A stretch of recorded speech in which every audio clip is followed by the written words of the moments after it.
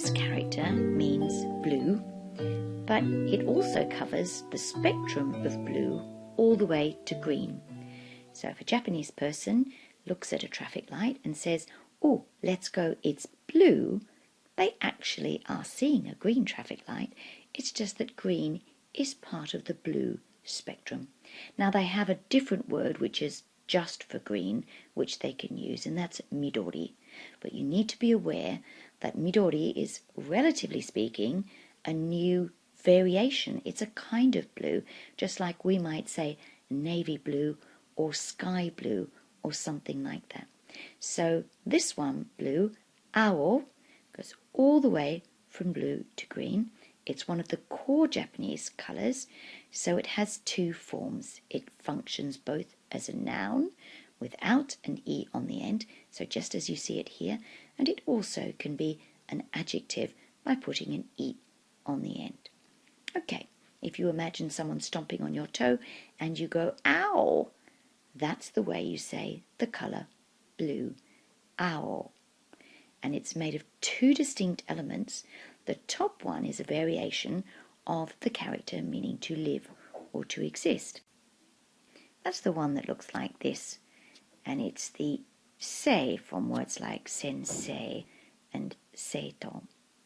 Now, if you recall, this was a picture of a plant growing up. So that was the ground there, and that was the stem growing up, and then there were two leaves and another set of leaves, and then this is a flower on the edge.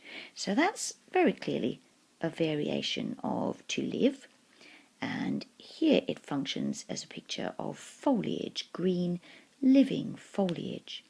Now the lower element looks very much like the character for moon.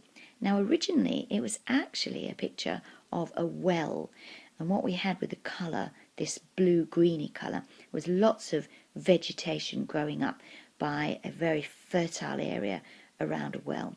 But because it looks exactly like the character for moon, I think we can make a better story.